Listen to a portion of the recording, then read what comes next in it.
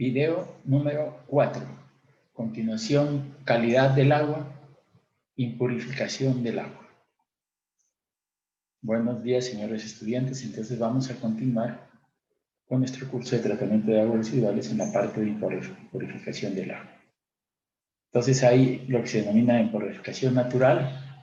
Vamos a ver cómo se hace esta parte de la impurificación. Dice: el agua pura no existe en la naturaleza, solo en el momento de la condensación. Entonces, solamente en ese momento el agua es pura.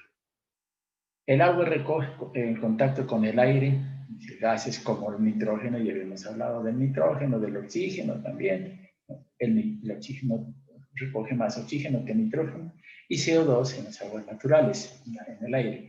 Sales como los cloruros, pues estos están dependiendo de donde esté usted, en una zona contaminada, una zona costera. Hay una gran cantidad de cloruros, ¿no? Por el mar, ¿no? En el suelo, hojas, residuos, sólidos gruesos, sales, sólidos disueltos, compuestos orgánicos como son sólidos en suspensión, arcillas, limos, coloides, ¿no? ¿Qué más tenemos? CO2, ¿no? También recoge CO2 que está en el suelo. Y entonces el agua tiene una solubilidad de CO2 de 10 a 100 veces mayor que la del aire, ¿no? En el suelo hay mucho CO2, porque en el suelo pues, hay plantas que producen ese CO2 y entonces hay una gran contaminación de CO2 en el suelo. En el terreno recoge sales, ¿no? Conformadas por rocas ígneas, rocas sedimentarias, calizas, dolomitas. Entonces aquí, pues con estas calizas, estas rocas sedimentarias, se producen carbonatos, bicarbonatos, iones de calcio y iones de magnesio. También estas precipitas y evaporatoritas producen sulfatos, cloruros y sodios, ¿no? Pero vienen ion sulfato, ion cloruro y ion sodio.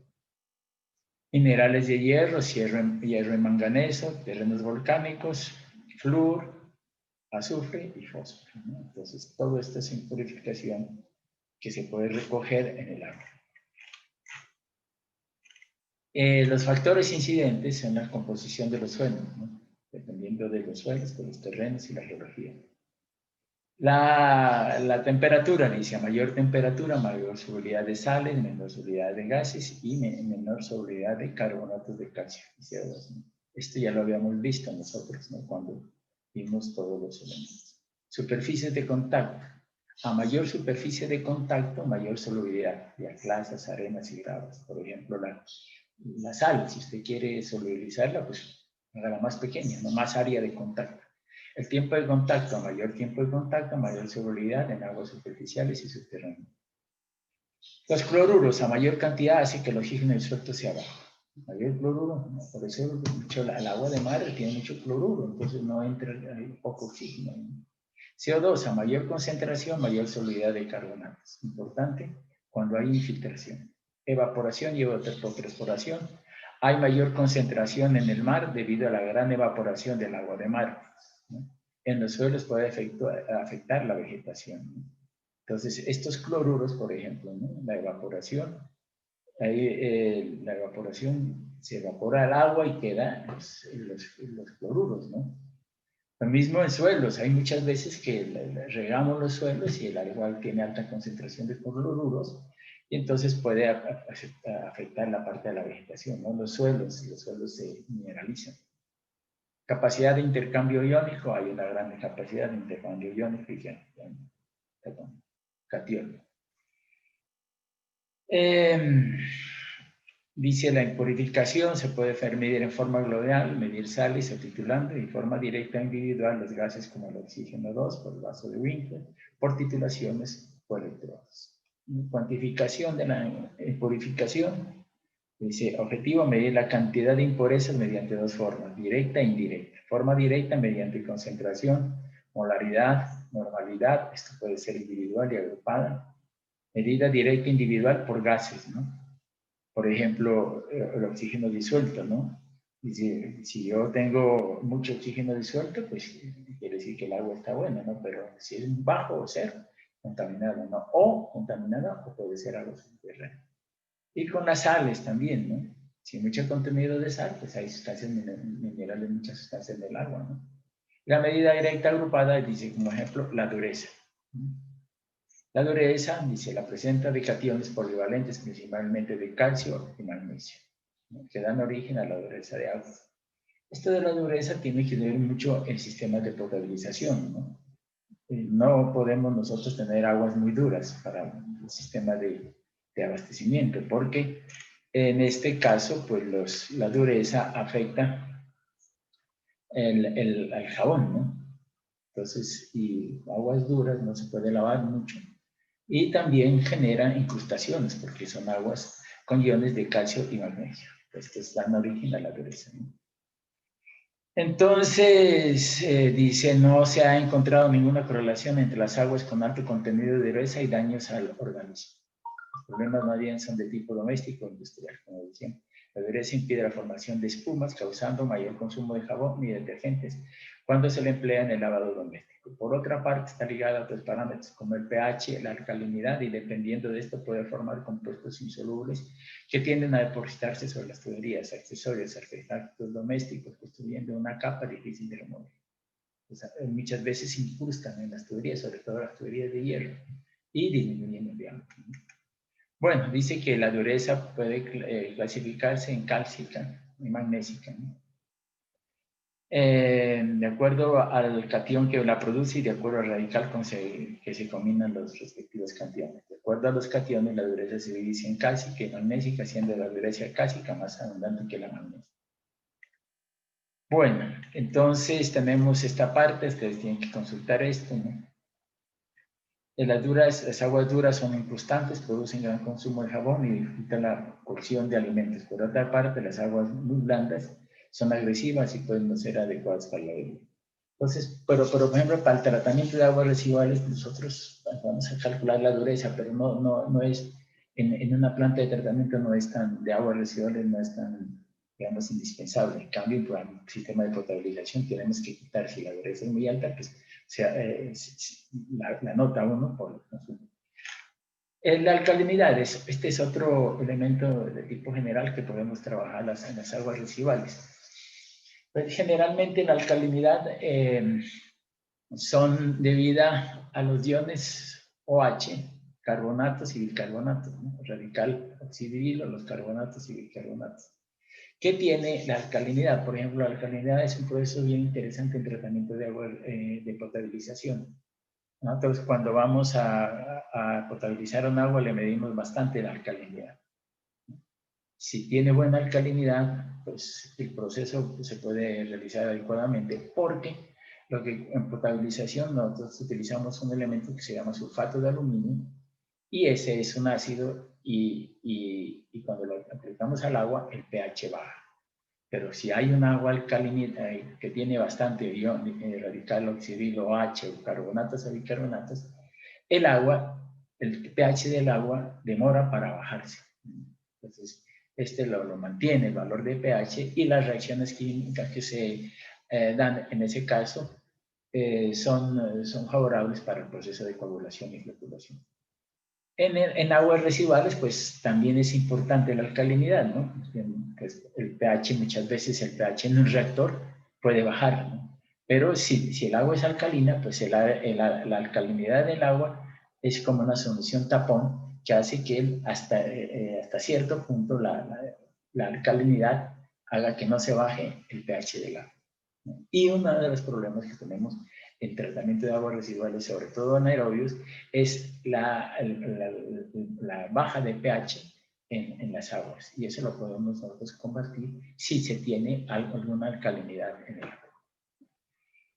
Bueno, el residuo seco, digamos que desde el punto de vista sanitario, el agua presenta un sabor desagradable con alto contenido de alcalinidad, pudiendo originar una precipitación de sales de calcio en las tuberías. La alcalinidad se determina volumétricamente por titulación y su concentración se expresa en miligramos por litro. El residuo seco, porque queda del agua a 105 grados centígrados, se hace una filtración previa, quitar coloides, ¿sí? Entonces, el residuo seco, pues vamos a evaporar. Medida indirecta, conductividad. Esta, por ejemplo, la conductividad la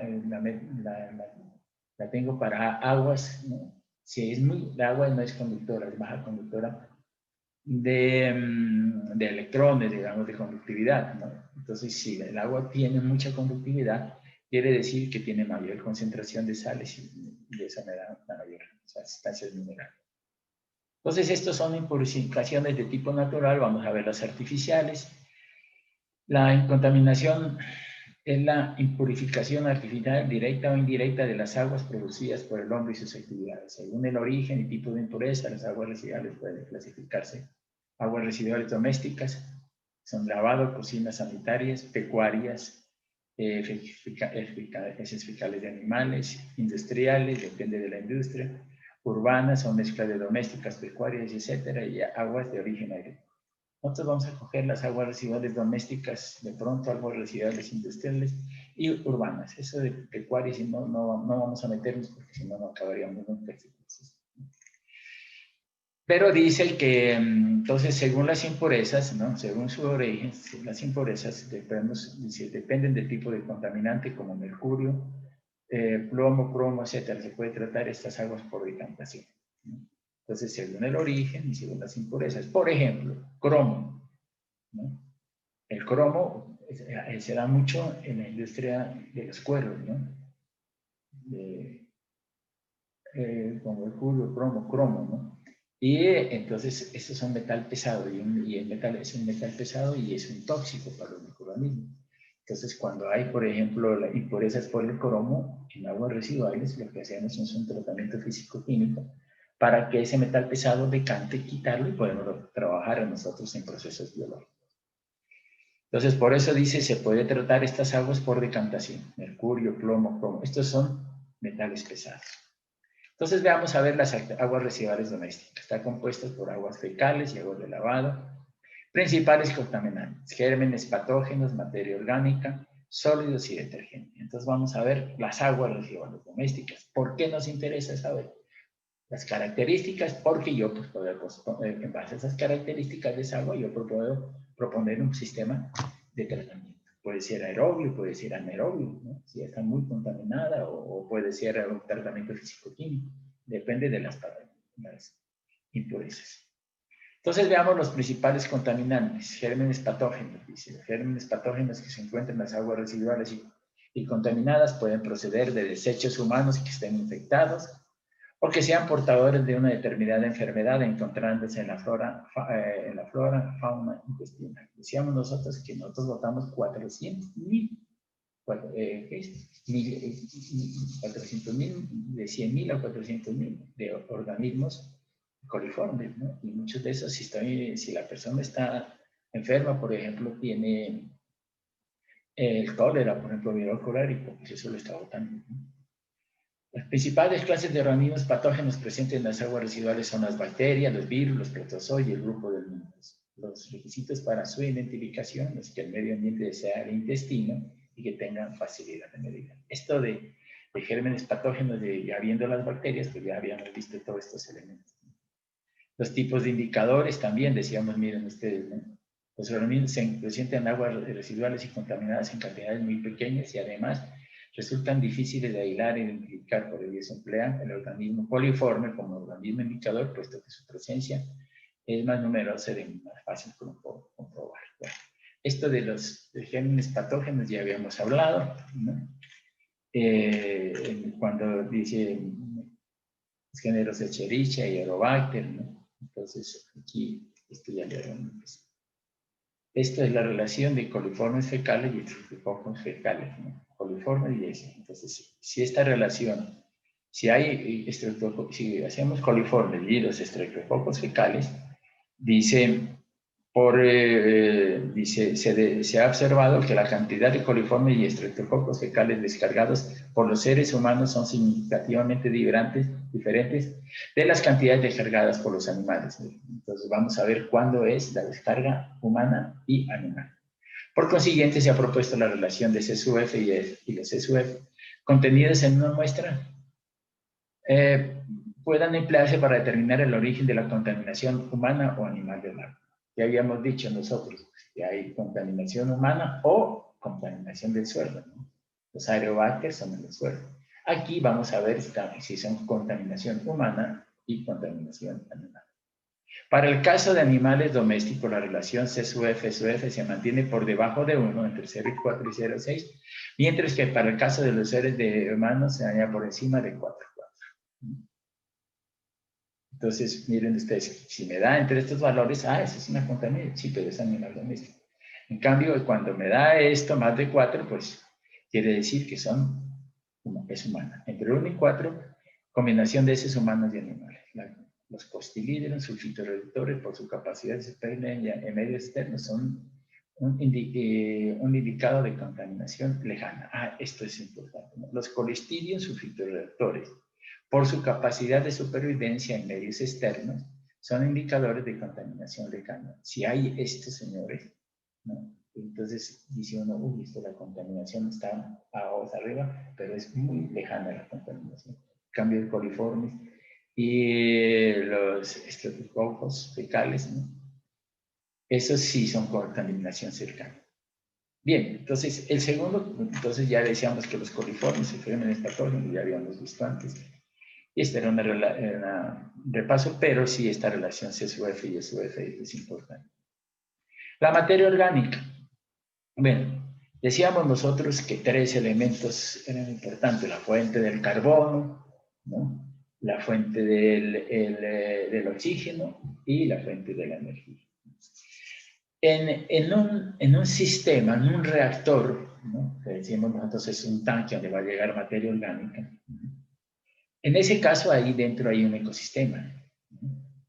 Y nosotros vamos a llegar con la materia orgánica, que es nuestro alimento. Allí va a haber una serie de microorganismos los que se van a comer la materia orgánica, se la comen y después la botan en H2, CO2, H2O, CO2, etcétera, sustancias simples. Y ahí viene el proceso de tratamiento biológico. Pero entonces teníamos que más oxígeno. Tenemos 3 elementos: materia orgánica, microorganismos y oxígeno. Entonces aquí, cuando tenemos estos 3 elementos, decimos, ¿y el oxígeno cómo viene? Decíamos nosotros. Y entonces lo encontramos el oxígeno libre, que es el que está allí en el agua, y entonces los microorganismos lo absorben. Oxígeno combinado, que también está en la misma agua, puede estar en la misma agua, pero está combinado con elementos químicos, por ejemplo, H2SO4, ¿no? Sulfato, que es ácido sulfúrico, ¿no? Y entonces coge el microorganismo, como está combinado H2SO4, coge el O4 del ácido sulfúrico y le sirve para su respiración interna, ¿no? O para su generación biológica, y queda el H2S suelto. Y entonces, en procesos anaerobios, ese H2S se vuelve gas, y por eso en procesos anaerobios, cuando está combinado y se coge el oxígeno, vuelve. Entonces, veamos nosotros, por eso dice oxígeno, microorganismos aerobios. Entonces, aquí quiere decir, cuando estoy hablando de microorganismos aerobios, que el oxígeno es libre, o sea, que el agua tiene oxígeno. Y decíamos nosotros que si es un río, ¿no?, de montaña, pues eso va a contener más oxígeno. Pero si es un río de llano, el oxígeno disuelto no va a ser mucho. Entonces, ¿qué hace? Aquí hay materia orgánica, tenemos un tanque, vamos a ver si tiene buen oxígeno, pues los microorganismos se alimentan, pero si no hay buen oxígeno, lo que tenemos que hacer nosotros en este caso es meter oxígeno. Entonces, aquí el problema de los microorganismos, ¿no? ¿Y cómo si nosotros queremos meter oxígeno? Pues tenemos que hacerlo por medio de una turbina, ¿no? O un equipo interno que esté inyectando oxígeno. O con una turbina que me esté moviendo el agua, me la está agitando, y una agitación, entre más área de contacto, pues va metiendo más oxígeno. Entonces, cuando yo meto oxígeno externo de la atmósfera, los microorganismos que van a trabajar son los aerobios. Porque hay oxígeno que va de la atmósfera adentro al agua, ¿no? Hay un gas que se introduce en un líquido. Entonces, ese oxígeno es aprovechado por los microorganismos, en este caso aerobios. Si el oxígeno no hubiera oxígeno libre, pues vemos a ver si el agua tiene oxígeno combinado, Y entonces ese oxígeno combinado van a utilizar materia orgánica y oxígeno combinado, y microorganismos, en este caso ya no serían aerobios, sino los microorganismos que consumen oxígeno combinado son los microorganismos anaerobios. Bueno, entonces en este caso pues vemos materia orgánica, oxígeno. ¿Para qué sirve estos? Para síntesis, o sea, ¿para qué le sirve a las células? Pues para generar nuevas células, ¿no? Para su propia biomasa o para generar. Miren ustedes que hay algunas bacterias que se pueden reproducir cada 20 o 40 minutos, ¿no? O sea que eso es la reproducción es alta. Y aquí para energía, ¿no?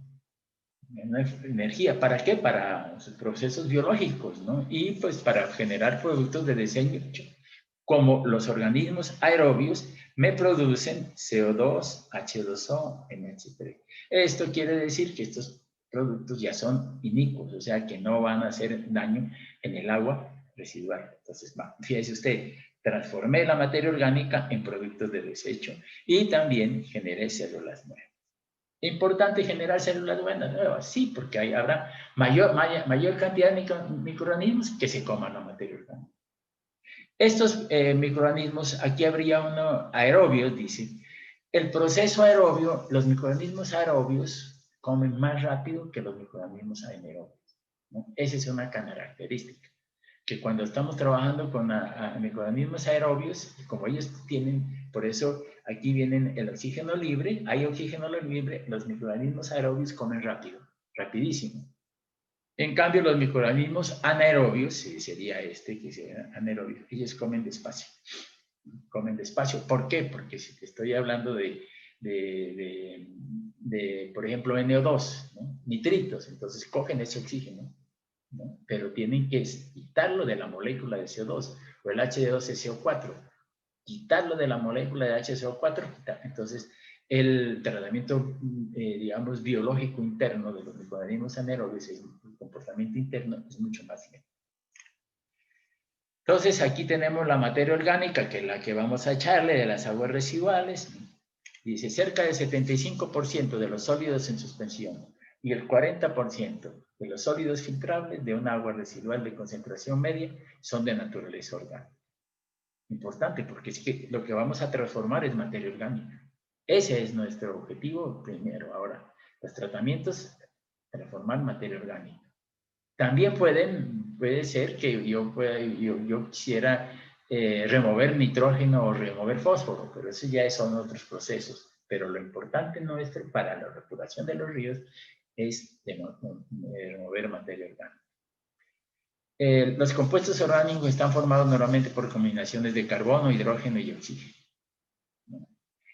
Con la presencia en determinados casos de nitrógeno. También puede estar presente otros elementos como azufre, fósforo, hierro. La materia orgánica viva o muerta es usada por los microorganismos que las transforman en sustancias simples y no efectivas para el hombre. La materia orgánica puede constituir la base de la cadena trófica. Miren ustedes la materia orgánica en que su propia biomasa y también desechos que son inofensivos para el hombre.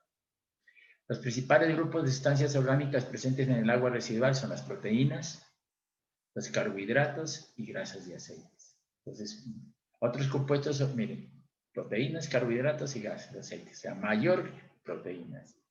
Y carbohidratos y grasas y aceites un 10%. Otros compuestos orgánicos con importante presencia en el agua residual es la urea. O sea, la urea NH3 o NH4, ¿no? ¿No? El amoníaco no es parte de la urea. Sin embargo, debido a la velocidad de proceso de descomposición de la urea, raramente está presente en el agua residual, que no sea muy reciente, ¿no? O sea, son la urea generalmente en la orina, ¿no? Las proteínas son los principales componentes del organismo animal, mientras que su presencia es menos relevante en el caso de organismos vegetales. Mucha proteína en Reino Unido. Están presentes en todos los alimentos de origen animal o vegetal cuando estos están crudos. Los procesos químicos que devienen en la formación de las proteínas contemplan la combinación o formación de cadenas con gran número de aminoácidos de carácter covalente. Todas las proteínas contienen carbono, oxígeno y hidrógeno. Además, como característica distintiva, también elevada cantidad de nitrógeno. Pero esto es que son elementos que tiene la materia orgánica.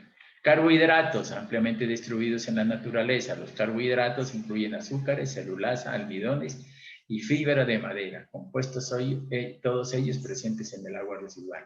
Los hidratos de carbono contienen carbono, oxígeno e hidrógeno.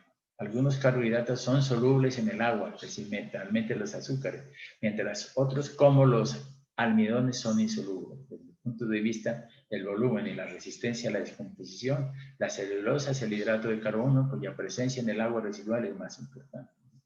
Es decir, es difícil, ¿no?, la celulosa, digamos, descomponerla, ¿no? Los microorganismos, digamos, las bacterias y todo, tienden a no descomponer mucho la celulosa. Por eso, cuando uno va a esas charlas de tratamiento de aguas residuales y va a visitar esas plantas, lo primero que le dicen es que ese papel higiénico no puede ir al sanitario, ¿no?, sino los papeles higiénicos aparte, porque en las aguas residuales los microorganismos no nos descomponen muy bien ese papel, ¿no?, porque son carbohidratos. Grasas son el tercer componente de importancia de los alimentos. Las grasas y aceites animales alcanzan las aguas residuales en forma de mantequilla, manteca de cerdo, margarinas, aceites y grasas vegetales. Las grasas provenientes habitualmente de carnes, gérmenes, cereales, semillas, nueces y ciertas frutas.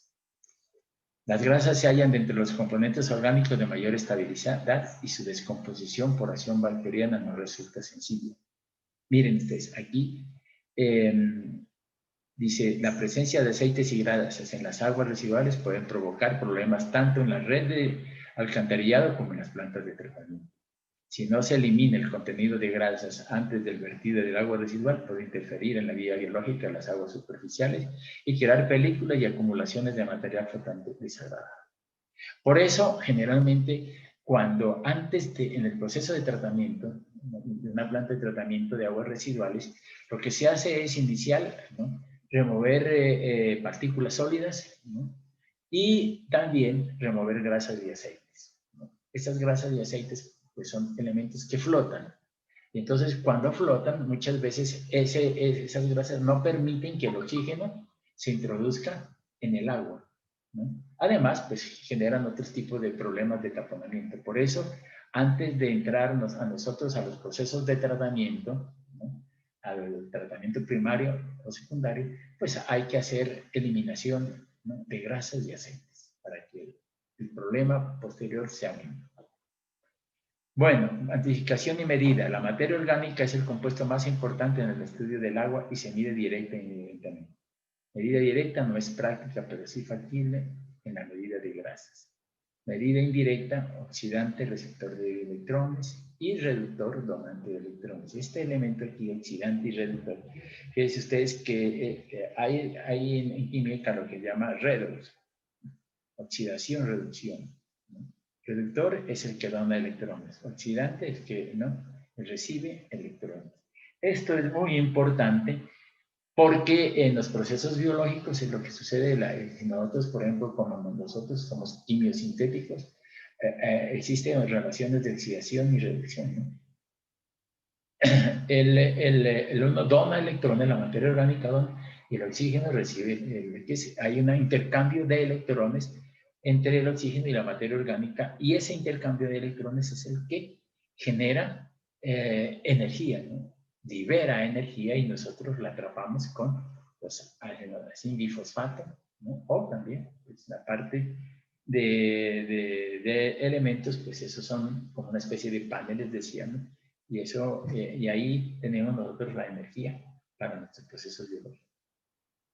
En presencia del agua, un oxidante, ¿no?, libera oxígeno y un reductor libera hidrógeno. Oxidar la materia orgánica es medir la cantidad de oxidante o subproductos, es decir, mide el oxígeno necesario para que la materia orgánica se oxide. Bueno, existen tres tipos de oxidación: oxidación térmica, oxidación química y oxidación bioquímica. O sea, es medir la cantidad de oxidante o subproducto, es decir, mide el oxígeno necesario para que la materia orgánica se oxide. Esa es, ¿no? Eso es lo que tratamos de trabajar, ¿no? La cantidad de oxígeno para que la materia... Existen tres tipos de oxidación: térmica, química y bioquímica. Oxidación térmica. Se hace en base al calor. Hay combustión de la materia orgánica, mide el CO2 o CO2 resultante, el ensayo representativo y de carbono orgánico total, ¿no? Entonces, aquí, ¿qué es? ¿Qué podemos nosotros? Digan ustedes, cuando bueno, vamos a ver qué es esto y después vamos con el... Dice carbono orgánico total. El ensayo se lleva a cabo inyectando una cantidad conocida de la muestra en un horno a alta temperatura o en un medio altamente oxidante. En presencia de un catalizador, el carbono orgánico se oxida a anhidro carbónico, producción de la cual se mide cuantitativamente con un analizador de infrarrojos. El ensayo puede realizarse en muy poco tiempo si se posee el equipo necesario, el cual es muy costoso. Su uso está extendiéndose rápidamente. Entonces, ¿qué es lo que nosotros vamos a hacer? Vamos a medir el contenido de materia orgánica. Esto lo puedo hacer con el carbono orgánico total. ¿Qué quiere decir esto? ¿No? Una cantidad, en un horno a alta temperatura o en un medio altamente oxidante. Entonces, esto es lo mismo que hacen los hornos crematorios, ¿no? Entonces, usted mete el cadáver y ahí entonces le da temperaturas, altas temperaturas. ¿Y qué es lo que sucede? Que el carbono, ¿no? CO2, por ejemplo, el carbono sale. Y entonces, ese carbono que sale, pues es materia orgánica, ¿no? Y en base a esa medición de ese carbono que sale, ¿no? Dice, mide el O2 y el CO2 resultante. Entonces dice, salió tanto CO2, ¿no? Entonces, dependiendo de esto, de lo que sale, dice, ese es el contenido de materia orgánica que tenía. Entonces, ese es el ensayo, ¿no? Medir el carbono orgánico, pero en este caso, ¿no? A alta temperatura y un medio altamente oxidante. Esto por eso dice, en presencia de un catalizador, el carbono orgánico se oxida a anhidro carbónico, producto del cual se mide cuantitativamente con un analizador de práctica. Entonces, el CO2 que se escapa, pues lo mido. Y entonces aquí tengo el carbono orgánico total. Ese es un ensayo muy importante y que todas las plantas lo deberían de hacer, ¿no? Pero el problema de esto es que medir carbono orgánico total, el equipo es muy costoso, por eso no se lo hace. No se hace ese ensayo. Entonces, por eso decía, pero de todas formas, pues si yo quiero medir cuánta materia orgánica hay en un agua residual, pues yo cojo una muestra y la oxido, ¿no? Con un catalizador y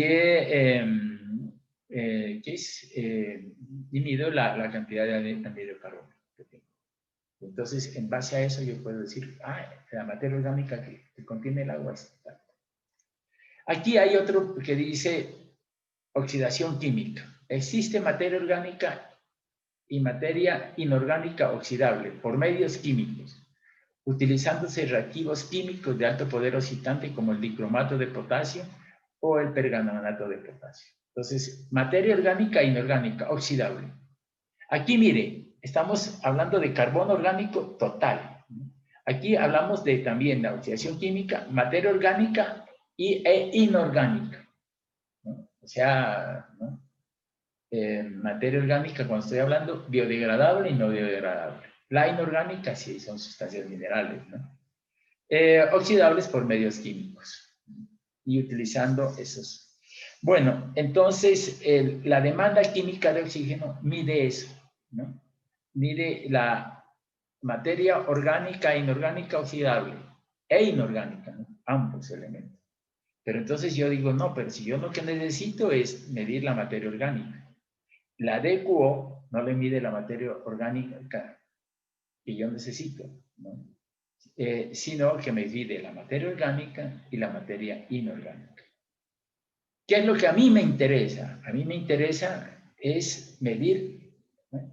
la materia orgánica biodegradable, ¿no? O sea, esa materia orgánica es la materia orgánica viviente. Entonces dice materia orgánica e inorgánica. Entonces, el ensayo de la de QO solamente me mide totalmente. Ah, no, si me mide que oxida la materia orgánica e inorgánica. Bueno, dice, el ensayo de QO se emplea para medir el contenido de materia orgánica tanto de las aguas naturales como las residuales. El ensayo se utiliza un agente fundamentalmente oxidante en medio ácido para la determinación del equivalente de oxígeno de la materia orgánica que puede oxidarse. El dicromato potásico proporciona excelentes resultados en este sentido. Entonces dice, aquí utilizamos dicromato de potasio y vamos a hacer el ensayo de la DQO, ¿no? Cuando hagamos el ensayo, por eso decíamos algunos laboratorios que hay que hacer de DBO y DQO. Entonces, carbono orgánico total, si pudiéramos, yo no sé si existe en el laboratorio especializado, pero lo que sí podemos hacer es DQO. Pero la DQO solamente me mide la materia orgánica e inorgánica, o sea, total, que podemos oxidar. Por eso está el O7, ¿no? Oxida, el oxidante es el oxígeno. Y aquí dice demanda química, y aquí dice oxidación bioquímica de oxígeno. ¿Qué es que vamos a hacer? Nosotros lo que vamos a hacer es meter en un frasquito materia orgánica y sobresaturarlo de oxígeno y taparlo. Después de 5 días, por eso dice degradación bioquímica, después de los 5 días, yo destapo el frasco.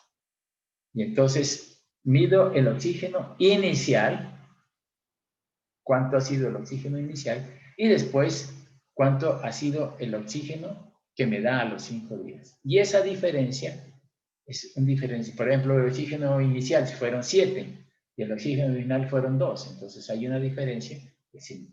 Ese 5 de contenido de oxígeno me puede determinar cuál es el contenido de materia orgánica en el ensayo. Fíjese, por diferencias de oxígeno. Dice, el parámetro de contaminación orgánica más ampliamente empleado, aplicable tanto a aguas residuales como a aguas superficiales, es la DBO a los 5 días. O sea, tengo que dejar el frasquito, que es un frasco de Winkler, tengo que dejarlo 5 días a condiciones especiales. Por eso DBO 5. Entonces dice, existe materia orgánica biodegradable y no biodegradable. La DBO oxida la materia orgánica biodegradable. Aquí un ejemplo. Uno trae o traigo un ponqué.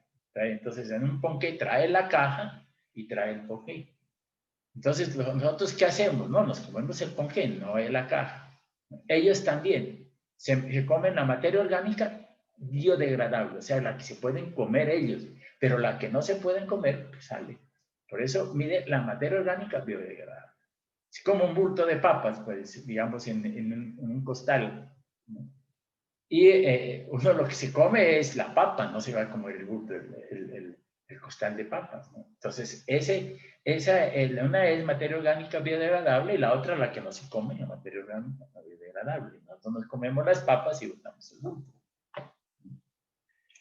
Bien, entonces, por eso hay materia orgánica, por eso dice biodegradable y no biodegradable. En este caso, la materia orgánica del ponqué biodegradable era el ponqué, y la no biodegradable la caja. Lo de las papas, digamos que materia orgánica, la papa, y no biodegradable, pues el bulbo.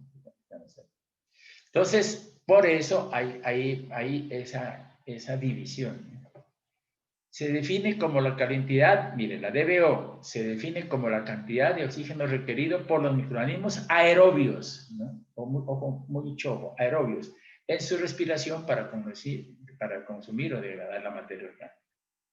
Entonces, miren ustedes, cojo en un frasquito materia orgánica y en el frasquito lo agito y hago que el oxígeno disuelto que hay allá adentro, agitando eso, sea alto. Y entonces tapo eso y entonces los microorganismos van a consumir ese oxígeno.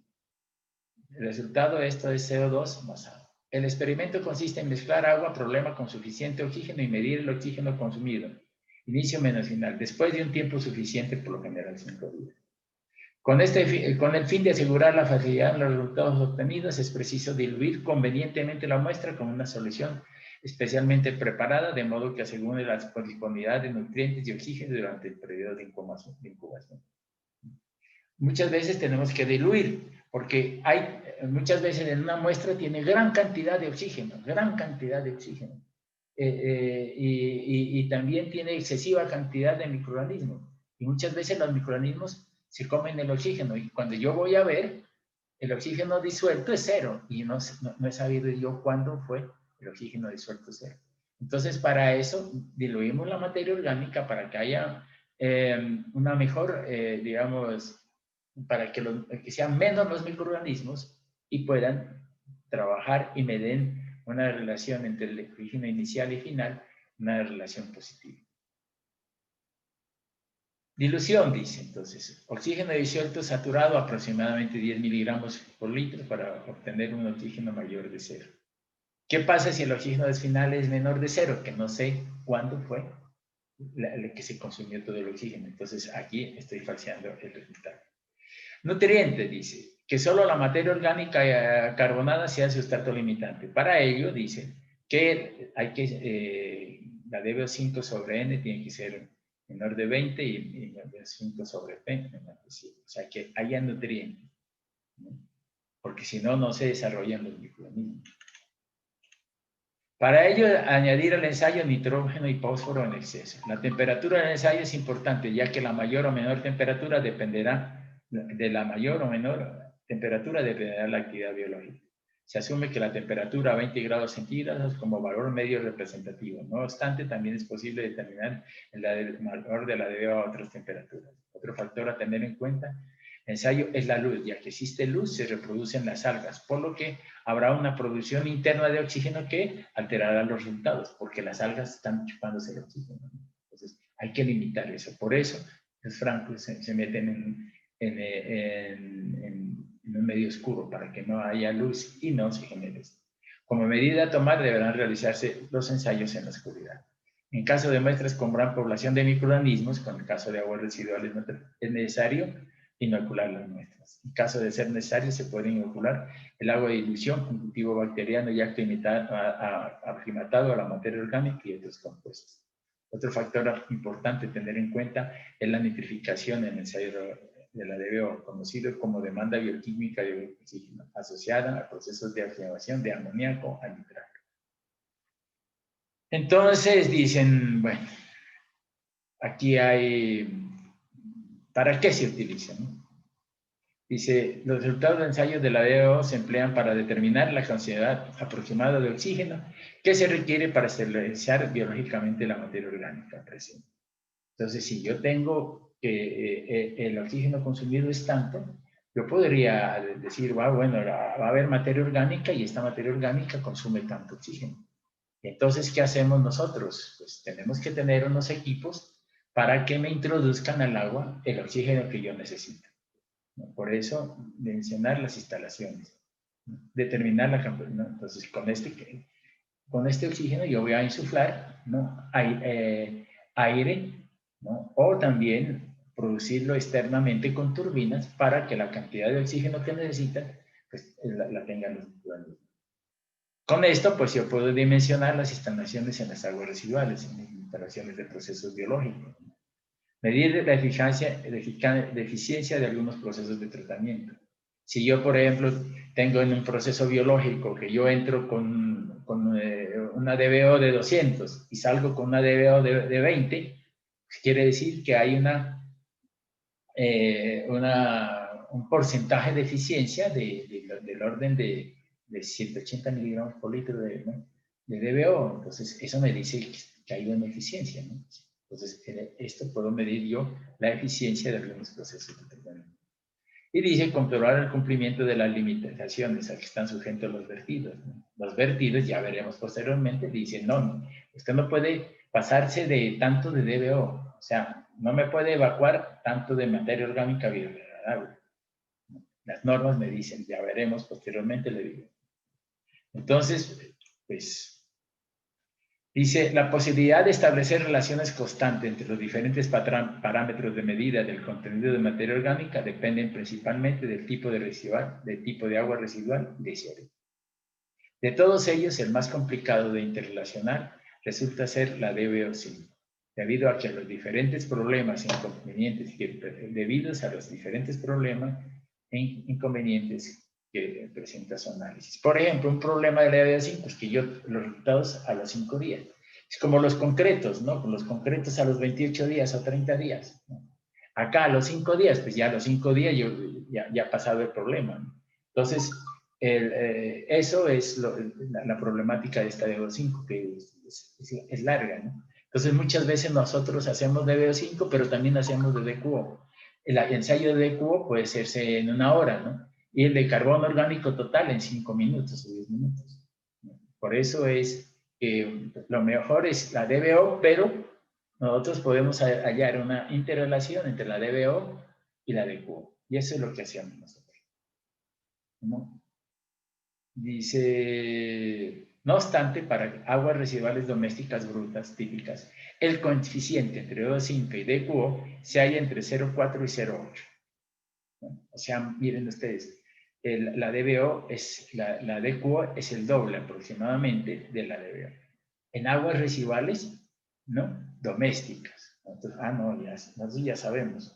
Si a mí me dicen la DBO la DQO es 500, digo, la DBO puede estar entre el orden de 250 para aguas residuales domésticas. Mientras que la DBO con carbono orgánico total varía entre 1 y 1,6.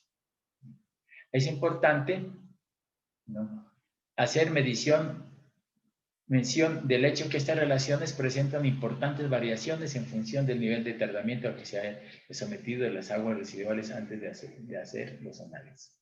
Dadas las diferencias en el tiempo necesario para la realización de ensayos de DQO y COT y otros ensayos relacionados con frente a la duración del ensayo de DBO, es de esperar que su uso aumente considerablemente en el futuro. O sea, el carbono orgánico total, ¿no?, y la DQO.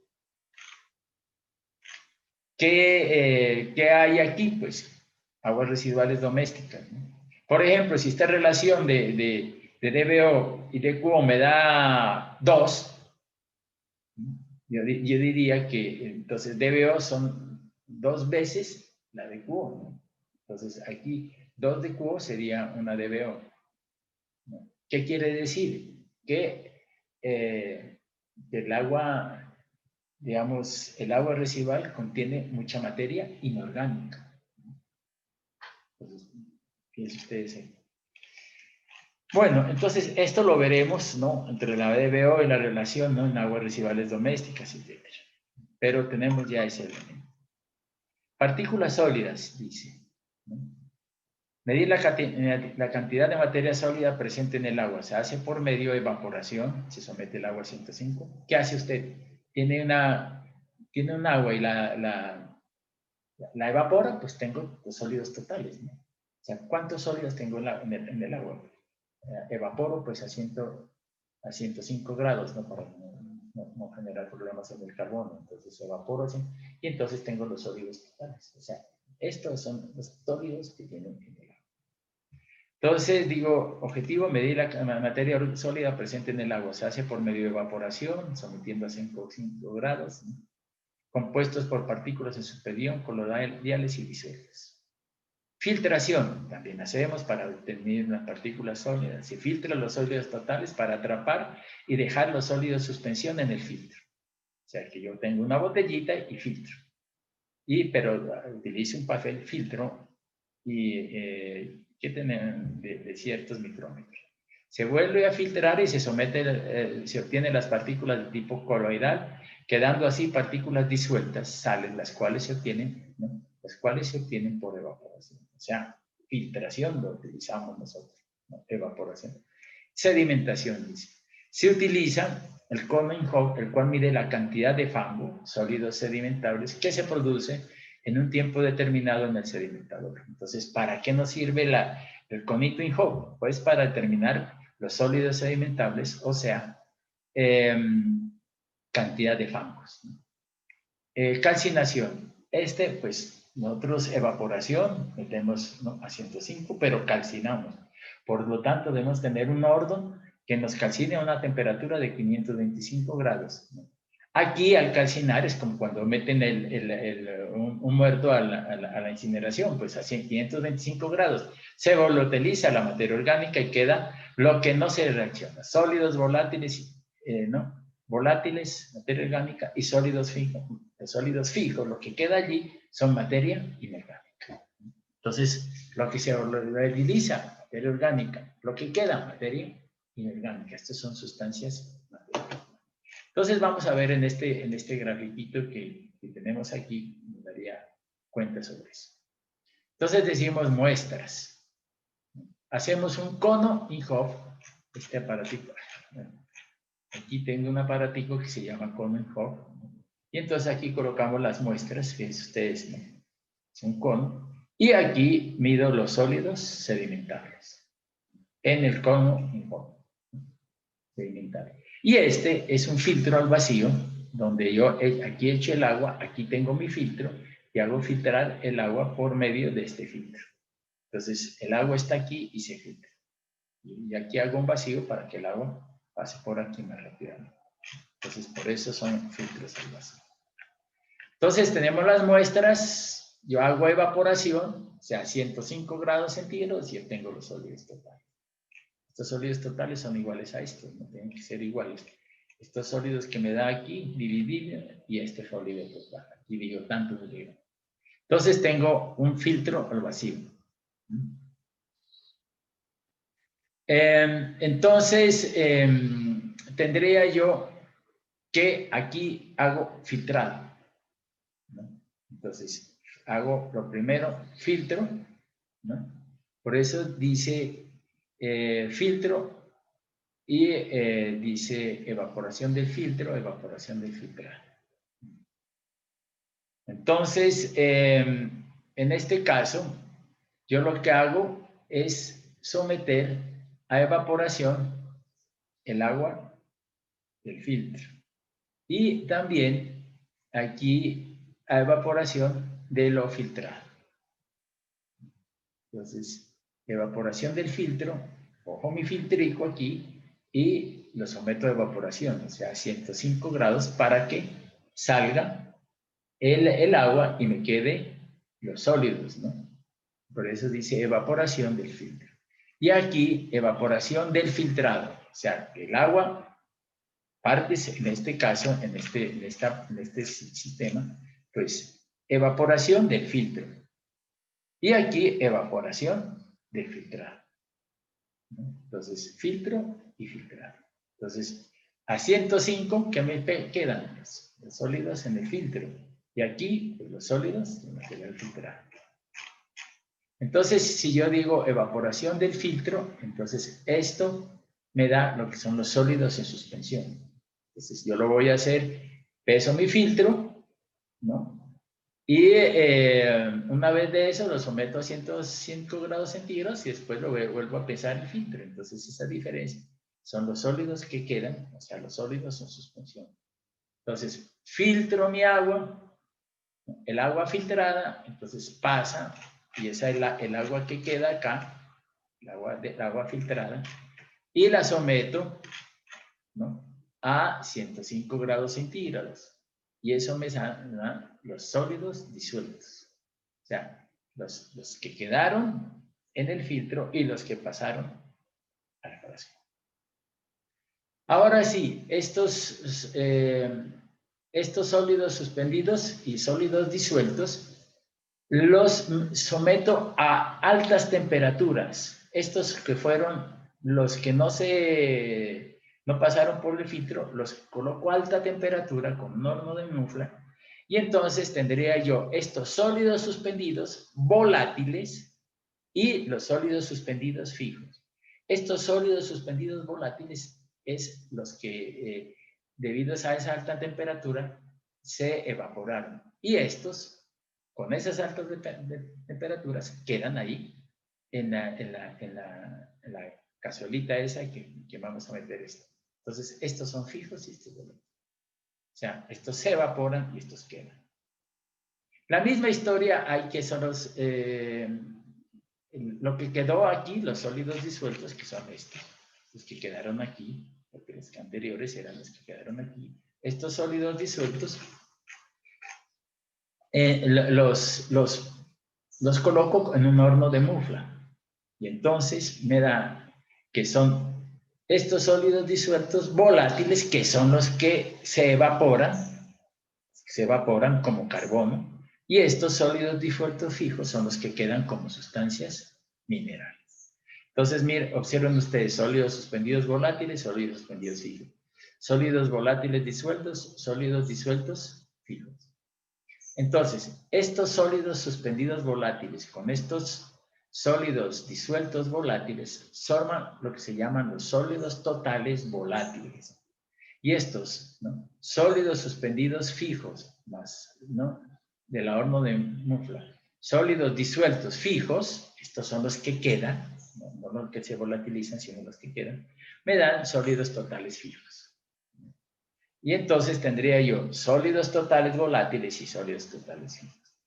Estos sólidos totales volátiles, pues, están relacionados porque esos fueron los que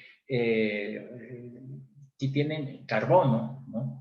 O sea, los que el carbono quiere decir que materia orgánica, y entonces estos sólidos totales volátiles se pueden relacionar como los microorganismos que posee el agua, o la materia orgánica, o los microorganismos, estos sólidos totales, ¿no?, se pueden interrelacionar en función de los microorganismos que contiene el agua. Y estos sólidos totales fijos y estos volátiles forman los sólidos totales, que son iguales a estos. Entonces, así se divide el agua. Este ensayo lo vamos a hacer, ¿no? Lo vamos a hacer nosotros en el laboratorio, si podemos, ¿no?, si nos dejan entrar, o el laboratorista ya obtendrá digamos, su video para explicarnos esto. De todas formas, tenemos que, de cualquier manera, saber cómo se hace DBO, qué es la DQO, qué es la alcalinidad, qué es la turbidez, qué es el pH, porque nos interesa hartísimo. Claro está que ustedes, posteriormente, los que están si están viendo los que están viendo acueductos aquí, verán este mismo cuadrito, lo verán en plantas de potabilización, ¿no?, porque también nos sirve para plantas de potabilización. Bueno, dice, los sólidos totales expresados en miligramos por litro representan la cantidad de sólidos contenidos en el agua residual. Incluyen, por lo tanto, material flotante, material en suspensión, material en disposición coloidal y material en disolución. Analíticamente se define el contenido de los sólidos totales como la materia que se obtiene como residuo después de someter el agua a un proceso de evaporación a 105 grados centígrados. Entonces tenemos la muestra y sólidos totales. Los sólidos totales o residuos de la evaporación pueden clasificarse como sólidos suspendidos y sólidos disueltos. Los suspendidos, ¿no?, entonces serían los que quedan en el filtro, y después los disueltos, los que quedan después del filtrado, ¿no?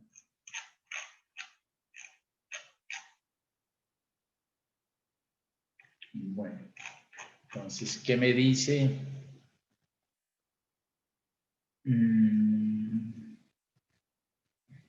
Bueno, los sólidos totales, dice, pueden clasificarse como sólidos suspendidos y sólidos disueltos en base a hacer pasar un volumen conocido de líquido por un filtro. Por lo general, el filtro se elige de modo que el diámetro mínimo de los sólidos suspendidos se hace aproximadamente 1 micrómetro. Los sólidos segmentables son aquellos que se obtienen al depositar una muestra en el fondo del recipiente en forma de cono, llamado cono durante el periodo de 60 minutos. Ya vimos lo del cono incógnito.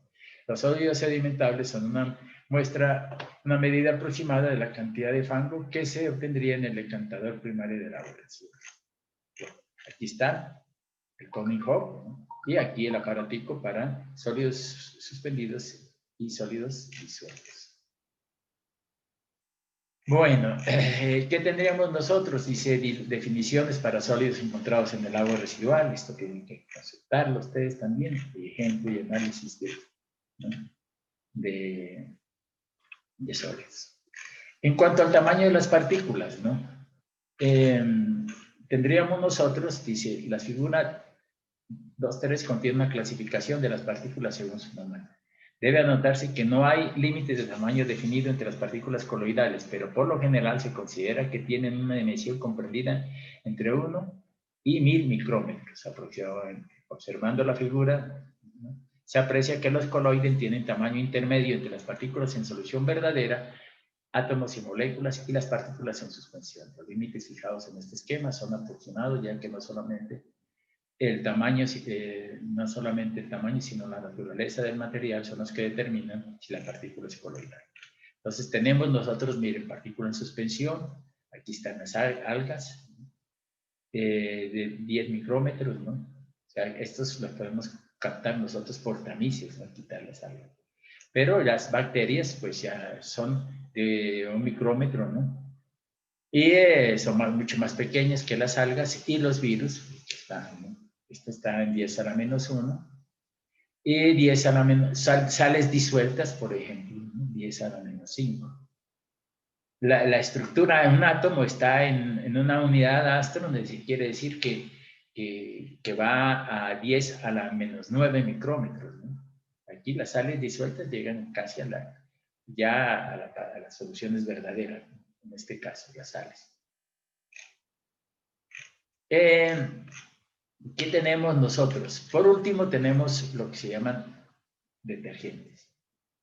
Son agentes tensoactivos, son un grupo de compuestos que tienen la propiedad de disminuir la tensión superficial de los líquidos en los que se hallan disueltos. Entonces, esos detergentes generan mucha espuma.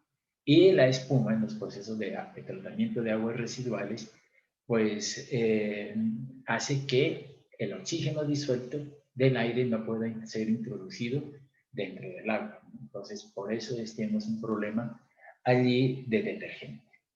En el agua residual también, y en los detergentes específicamente, existe un elemento muy importante que es el fósforo.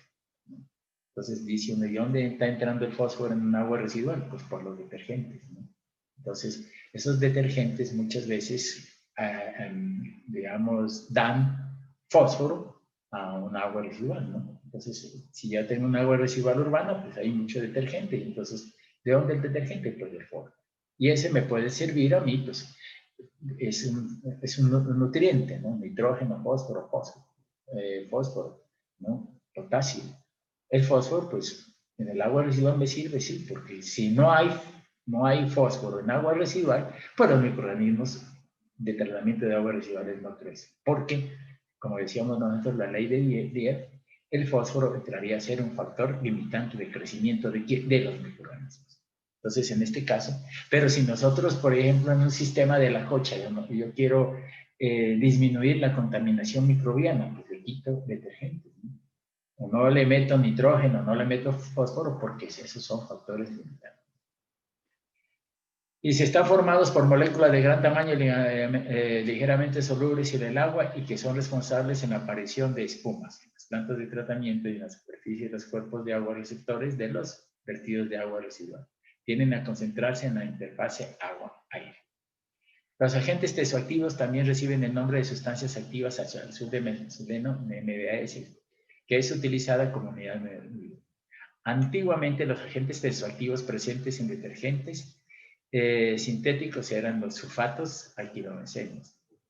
Eran fuente de muchos problemas debido a su resistencia a la descomposición por medios biológicos. Entonces, esos agentes tensoactivos que en manos detergentes pues generaban problemas porque son problemáticos debido a su resistencia a la descomposición.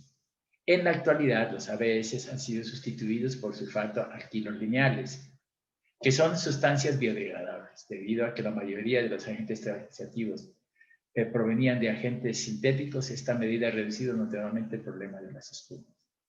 Entonces, al cambiar los alquilobencenos por alquilolineales, En cuanto a detergentes, pues se disminuyó la contaminación y esto pues favorece la parte del medio ambiente. Entonces dice, los aditivos utilizados son fosfatos, limpian y blanquean la ropa, pero producen un fenómeno de eutrofización en lagos y en mares. ¿Por qué? Porque le entra fósforo. Entonces dice, el efecto que tiene el fósforo en el medio ambiente es similar al causado por el nitrógeno. Altas concentraciones de fósforo aumentan el crecimiento de algas y otros microorganismos biológicos. Claro que para nuestro reactor que vamos a tener es buenísimo, pero en un lago es problemático por la eutrofización. Las formas más comunes de fósforo que pueden ser utilizadas por los metabolismos biológicos que son importantes para el ingeniero sanitario son los ortofosfatos, polifosfatos, fosfatos orgánicos.